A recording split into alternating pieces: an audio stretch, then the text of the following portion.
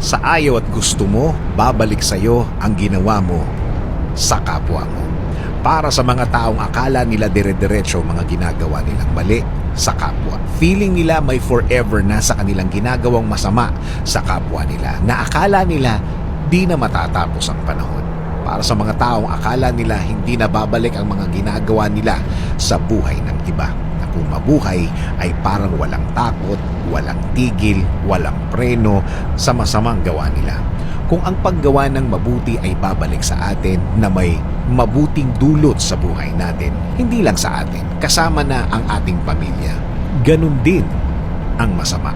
Ganun din ang hindi mabuti. Ganun ang mga masasamang mga salita at mga pangyayaring inimbento mo para lang makasira ng kapwa. Lahat ito alam ng Diyos. Lahat ito nakikita at alam ng Diyos. Malapit ang Diyos sa kanyang mga anak. Alam niya kapag nasasaktan ang mga anak niya. Nararamdaman niya ang lahat ng yan. At hindi siya papayag ng diretso mong sinasaktan ang mga ito.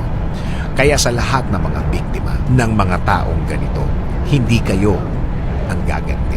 Ayaw ng Diyos na mapahama kayo sa pagganti nyo sa kanila. Ayaw niya na mapasama kayo dahil kapag kayo ang gumawa ng pagganti, baka kayo pa ang mapahamak. Kaya siya na ang bahala sa mga nanakit sa iyo. Magtiwala ka lang, kumapit ka lang. Dahil alam ng Diyos ang nararamdaman mo, hindi siya natutulog. Alam na alam niya ang gagawin sa mga taong ito.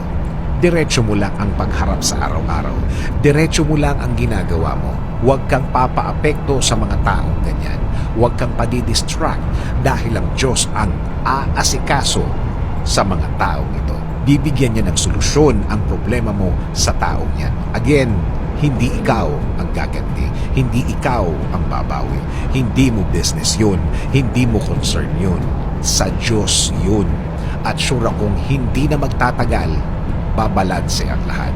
Para sa mga taong nanakit, para sa mga taong nang-aapi, para sa mga taong naninira, pakitandaan lang ang title ng video na ito.